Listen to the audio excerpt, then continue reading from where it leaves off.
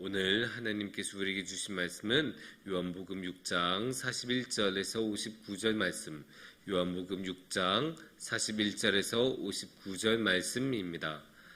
한 절씩 교독하도록 하겠습니다. 자기가 하늘에서 내려온 떡이라 하심으로 유대인들이 예수에 대하여 수군거려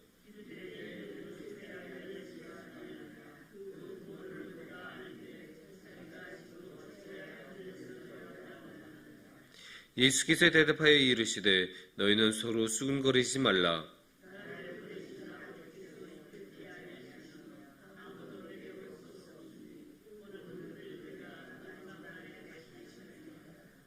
선지자의 글에 그들이 다 하나님의 가르침을 받으리라 기록되었은즉 아버지께 듣고 배운 사람마다 내게로 오느니라.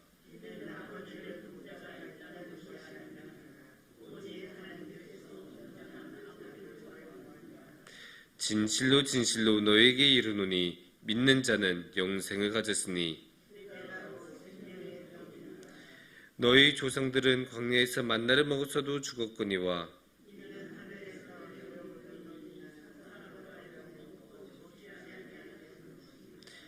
나는 하늘에서 내려온 살아있는 떡이니 사람이 이 떡을 먹으면 영생하리라. 내가 줄 떡은 곧 세상의 생명을 위한 내 살이니라 하시니라.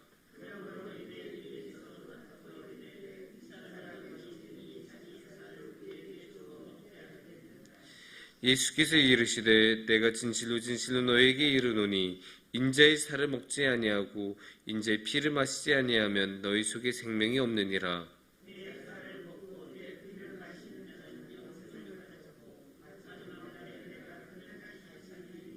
내 살은 참된 양식이요 내 피는 참된 음료로다.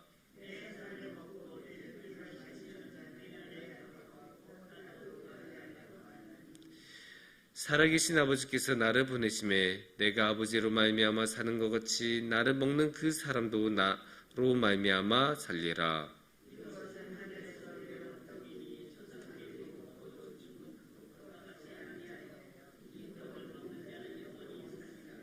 함께 봉독하겠습니다. 이 말씀은 예수께서 가버나움 회당에서 가르치실 때에 하셨느니라. 아멘. 우리나라는 한 가지 특징을 가지고 있는 사회입니다. 물론 여러 가지 특징을 가지고 있는데요. 그 중에 아주 중요한 특징 하나가 밥을 굉장히 귀하게 여긴다는 것입니다. 그래서 밥에 함부로 하지 않습니다. 특히 우리가 아이들을 가르칠 때 뭐라고 자주 말합니까? 먹는 거 가지고 장난치지 마라. 그래서 이제 혼난 아이들이 참 많죠. 그래서 당연히 먹은 것을 가지고 장난치면 안 되면 당연히 먹은 것을 이제 아주 귀하게 여겨야 된다는 뜻이 되고, 실제로 우리가 밥을 이렇게 받았을 때 어떤 식당에 가서 아무리 밥이 맛이 없다고 하더라도 차려온 밥에 대해서 우리가 뭐라고 하지는 않잖아요. 그 식당 주인한테 뭐라고 하지, 아니면 점원한테 뭐라고 하지, 차려온 밥에 대해서 우리가 어떻게 하지는 않습니다. 그런 거 보면 이 밥이란 거는 아주 귀한 것이라고 볼 수 있고, 왜 이렇게 우리가 밥을 귀하게 여길까요? 거기에 대해서는 여러 가지 생각해 볼 수는 있겠지만 그 중에 중요한 하나는, 일단은 우리 사회는 항상 밥이 부족했죠. 대대로 조선시대도 고려시대도 밥이 옛날부터 아주 귀했습니다. 우리나라가 사실 땅이 그렇게 좋은 땅이 아니에요. 산도 많고 험한 좋지 않은 땅도 많고, 또한 토양의 질 자체도 굉장히 안 좋아서 비료를 아주 많이 뿌려야 좀 수확을 할까 말까 한, 이제 전 세계 평균으로 보면 이제 굉장히 안 좋은 측에 이제 속하는 땅이라고 할 수 있습니다. 그렇게 땅이 안 좋으니까 당연히 땅의 생산성도 안 좋고 당연히 식량을 적게 거둘 수밖에 없고, 그렇게 식량이 적게 거둬지니까 밥이란 게 귀할 수밖에 없는 그런 사회가 될 수밖에 없습니다. 또 한 가지로 이제 밥이 아주 중요한 이유는, 밥을 먹어야 어떻게 됩니까? 생명이 유지가 되지 않습니까? 밥을 먹어야 생명이 유지가 되고 계속 살아갈 수 있는데, 그 밥이란 게 적으니까, 적게 생산이 되니까 당연히 밥을 귀하게 여길 수밖에 없습니다. 그래서 밥은 너무나 귀합니다. 그런데 오늘의 말씀에서도 밥은 참 귀한 것으로 나옵니다. 그 밥이 귀하다라는 말 자체는 안 나오지만 밥이 귀하다는 것을 우리가 당연히 이 말씀을 읽으면 알 수가 있습니다. 왜 그렇습니까? 예수님께서 자신을 밥으로 말씀을 하고 계시기 때문입니다. 두 분이나 그런 식으로 직접적으로 표현을 하세요. 48절을 보면 이렇게 말씀하시죠. 내가 곧 생명의 떡이니라. 물론 당시에는 떡이 아니라 빵이긴 했지만 이 성경이 번역될 당시 우리나라에 빵이 그렇게 많이 알려져 있지 않던 때여서 빵이라는 말 대신에 떡이라는 말로 번역이 되었죠. 그래서 생명의 빵이라고 해도 무방할 텐데 그만큼 이제 그 사람들의 주식은 빵이었기 때문에 나는 생명의 밥이다라고 해도 이상하지 않을 만한 그런 말씀입니다. 가장 중요한 예수님께서 성경의 핵심이신 예수님께서 자신을 생명의 빵이라고 생명의 밥이라고 말씀하고 계십니다. 또 한 번 오늘의 말씀에서 자신을 밥으로 비유해서 말씀하십니다. 어디냐면 55절입니다. 55절을 보시면 이렇게 고백하십니다. 내 살은 참된 양식이요 내 피는 참된 음료로다. 여기서 다시 한번 정확하게 말씀하시죠. 예수님 자신은 양식이자 음료이다. 이렇게 너무나 명확하게 오해할 수 없도록 예수님께서 두 번이나 표현하고 계십니다. 그런데 이게 이상하게 여겨질 수도 있습니다. 왜 그럴까요? 사람이 자신을 밥이라고 말한 게 사실 이상하잖아요. 사람은 원래 밥이나 음료가 아니죠. 사람을 밥이나 음료로 여긴다는 것은 정말로 이제 아주 이상한 사회에서나 가능한 거지, 그렇게 하는 자들을 우리가 정상 범죄에 두지는 않죠. 그래서 사람이 사람을 양식으로 삼지는 않습니다. 그래서 예수님께서 자신이 생명의 빵이라고, 생명의 밥이라고, 생명의 양식이라고 말한 것은 아주 어색하게 들릴 수도 있습니다. 하지만 동시에 밥이 무슨 목적을 가지고 있습니까? 밥은 생명을 유지하는 데 목적이 있죠. 우리가 밥을 먹는 이유는 물론 맛있어서 먹기도 하지만 그 밥을 먹어서 우리가 다시 생명을 위한 활동을 위한 에너지를 얻고 힘을 얻고 계속 살아가기 위한 그런 목표를 가지고 있지 않습니까? 그래서 밥은 생명을 유지하고 생명을 주는 그런 기능을 가지고 있는데 예수님께서야말로 우리에게 무엇을 주십니까? 참된 생명을 주시고 참된 영생을 주시는 그런 분이 아니십니까?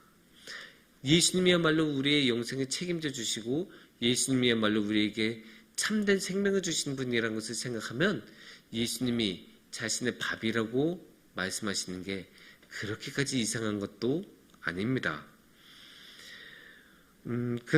그래서 그거를 다시 한번 성경에서 오늘의 말씀에서 볼 수 있는데 53절 말씀에서 보면 이렇게 말씀하십니다.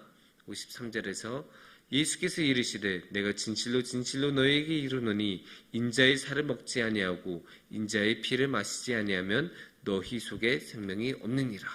정확하게 말씀하시죠. 예수님을 먹어야만, 예수님을 섭취해야만 무엇을 준다고 합니까? 우리 가운데 생명이 생긴다. 예수님을 먹지 않으면 생명이 없다. 그렇게 예수님께서는 다시 한번 정확하게 자신의 생명의 양식으로 말씀하시고 자신의 그 생명의 양식에는 생명을 유지하는 기능이 있다는 것을 이 53절 말씀을 통해서 정확하게 보여주시는데 54절 말씀에서 다시 한번 명확하게 말씀하세요. 54절 말씀에서 내 살을 먹고 내 피를 마시는 자는 무엇을 가진다고 하십니까? 영생을 갖는다고 하십니다. 내 살을 먹고 내 피를 마시는 자는 영생을 가졌고 마지막 날에 내가 그를 다시 살리리니. 그러니까 그냥 생명이 아니에요. 영생입니다. 계속 예수님께서 오늘의 말씀에서 하신 말씀이 있지 않습니까? 너희들이 지금 먹는 거 그냥 먹어봤자 그걸로는 한계가 있어. 너희 조상들도 만나를 먹었는데 그 만나를 먹었다가 결국은 다 이 세상을 떠나지 아니하느냐. 다 결국은 죽었다. 그런데 내 살을 먹으면 다르다. 나는 생명의 양식인데 나를 먹으면 다르다. 나를 먹으면 영원히 죽지 않는다. 나를 먹으면 영생을 얻는다. 그렇기 때문에 내가 참된 생명의 양식이다. 왜냐면 나를 먹어야만 이 영생을 얻을 수 있고 이 영생을 얻는 것이야말로, 이 영생을 주는 것이야말로 참된 생명의 양식이기 때문이다. 다른 양식들은 먹고 결국 다 죽기 때문에 양식으로서는 한계가 있고 밥으로서는 한계가 있지만 나는 먹고 나를 먹으면 영생을 얻기 때문에 영원히 살기 때문에 나야말로 참된 진짜 생명의 양식이다 라고 예수님께서 거듭 말씀하고 계십니다. 생명을 주는 것이 빵인데 예수님이야말로 생명을 주시고 그냥 생명도 아니라 영원히 살 수 있는 영생을 주신다는 점에서 예수님보다 더 참된 생명의 양식은 있을 수가 없습니다. 그런데 이 말을 그냥 받아들이는 것도 쉽지 않을 수도 있는데, 왜냐면 어떤 사람이 와서 갑자기 자신을 양식이라고 말하면 그게 이상하게 여겨질 수도 있지 않습니까? 그런데 이제 더 나아가서 이거를 받아들이기 어렵다가 아니라 받아들이고 싶지 않다라고 말하는 사람들이 있습니다. 그게 오늘의 말씀에 나타나는 분들인데 특히 42절에서 정확하게 나옵니다. 42절을 보시면 이르되 이는 요셉의 아들 예수가 아니냐, 그 부모를 우리가 아는데 자기가 지금 어찌하여 하늘에서 내려왔다 하느냐. 이게 당시의 현장감을 살려서 말하면 이런 식으로 말한 거예요. 네가 생명의 양식이라고? 아니, 네가 누구 밑에서 태어난지 우리가 봤는데 네 부모도 우리가 알고 네가 기저귀 찼을 때부터 우리가 너 다 봐왔는데 무슨 네가 생명의 양식이야. 이렇게 지금 시비를 걸고 받아들이지 않는 거예요. 받아들여지지 않을 수도 있어요. 자신이 이제 그 기저귀 차던 그 모습부터 보던 그런 사람이 갑자기 자신이 하늘의 그 참된 생명의 양식이다라고 주장하면 받아들이기 쉽지 않을 수도 있죠. 하지만 이게 예수님께서 그럼에도 불구하고 이렇게 생명의 양식이라고 나를 먹어야만 참된 영생을 얻을 수 있다고 말을 하실 수 있는 이유가 당연히 다 있습니다. 왜냐하면 예수님께서는 아버지에게서 오신 분이기 때문이고 예수님이야말로 유일하게 하늘에서 오신 분이시기 때문에 그 하늘에서 내려오는 영생도 예수님께서는 주실 수 있습니다. 특히 46절 말씀을 우리가 주목해 볼 필요가 있는데요. 46절에서는 이렇게 말씀하십니다. 이는 아버지를 본 자가 있다는 것이 아니니라 오직 하나님에게서 온 자만 아버지를 보았느니라. 47절도 볼게요. 진실로 너희에게 이르노니 믿는 자는 영생을 가졌나니. 그러니까 하나님에게서 온 자만 우리에게 믿음을 줄 수 있고 하나님에 대해서 정확하게 말을 할 수 있는데 이 믿음을 가진 사람만 영생을 얻습니다. 근데 이 믿음이란 거는 우리가 예수님을 통해서만 얻을 수 있으니까 결국 영생도 예수님을 통해서만 얻을 수 있다. 그러니까 예수님은 태초부터 아버지 하나님하고 함께 계셨던 분이고 그 함께 계셨다가 우리에게 이 땅에 오셨던 분이기 때문에 이 예수님만 유일하게 아버지 하나님을 보신 분이고 이 예수님만 이 아버지 하나님에 대해서 말씀을 전할 수 있는 분이고 그 아버지 하나님의 믿음을 줄 수 있는 분이고 그런 분이시기 때문에 예수님만이 우리에게 영생을 주실 수 있는 분입니다. 그래서 예수님은 참되게 영생을 주시는 분이고 이렇게 영생을 주시는 분이기 때문에 예수님은 생명의 참된 양식이십니다.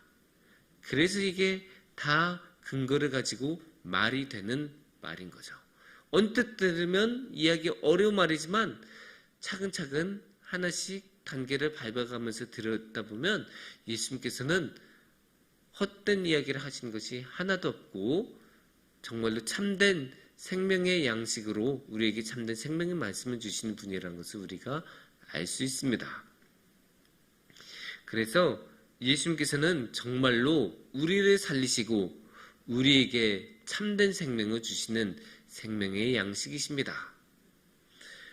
세상은 그것을 비웃기도 하고 부정하기도 합니다. 여기 오늘의 말씀에 나온 사람들은 자신들이 그 자라는 과정을 봤다는 이유로 비웃고 부정을 하지만 요즘 세상에서는 아유 예수님 같은 게 어딨어? 그런 기적이 어딨어? 그렇게 부정하기도 하고 과학적으로 안 된다고 이야기하고 역사적으로 안 된다기도 하고 학문적으로 이래서 안 되고 저래서 안 되고 여러 가지 이유를 대면서 안 된다고 하고 어떤 사람은 이유조차 되지도 않고 그냥 싫다고 말을 하는 사람도 있습니다. 그만큼 이 세상에서는 오늘의 말씀에 나타난 그 사람들보다 더 격렬하게 예수님을 받아들이지 않고 예수님을 거부하고 있는 세상이지만 이런 세상에서 살아갈수록 우리는 더욱더 정신을 차리고 예수님을 바라보고 예수님만이 참된 생명의 양식이라는 것을 마음속에 깊이 새겨야 합니다. 그렇게 우리가 예수님을 참된 생명의 양식으로 받아들이고 예수님과 그렇게 함께 그 생명의 양식을 나눌 때 우리는 영생에 이를 수 있고 그 영생에 이르러서 아버지 하나님과도 함께할 수 있을 것입니다. 그래서 그렇게 아버지 하나님과 함께하는 그 참된 영생, 참된 복을 우리 성도님들 모두 누리시기를 축원합니다. 함께 기도하겠습니다.